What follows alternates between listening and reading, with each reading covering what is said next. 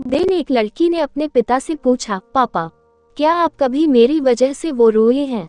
उसके ऐसा चरखी का कारण यह था कि उसने कभी भी अपने पिता को रोते हुए नहीं देखा था।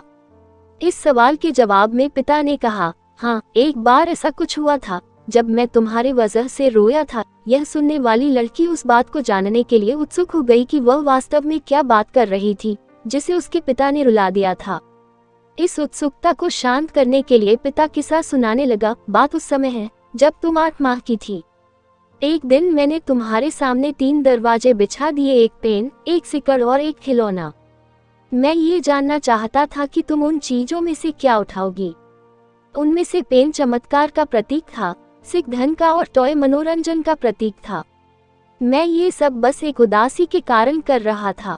मेरे लिए ये रोचक और रोचक था कि मेरी बेटी के लिए आगे जाकर क्या सबसे अधिक मायने रखता है।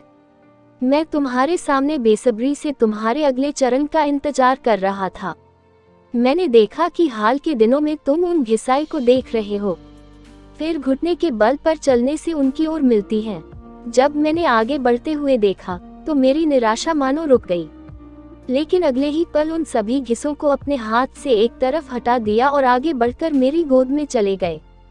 बस वही वो पल था जब मेरा दिल भर आया था और मैं तुमसे रोया था। यह सुनकर लड़की की आंखों में आंसू आ गए। कहानी अच्छी लगी हो तो लाइक और शेयर करें, चैनल को सब्सक्राइब करें।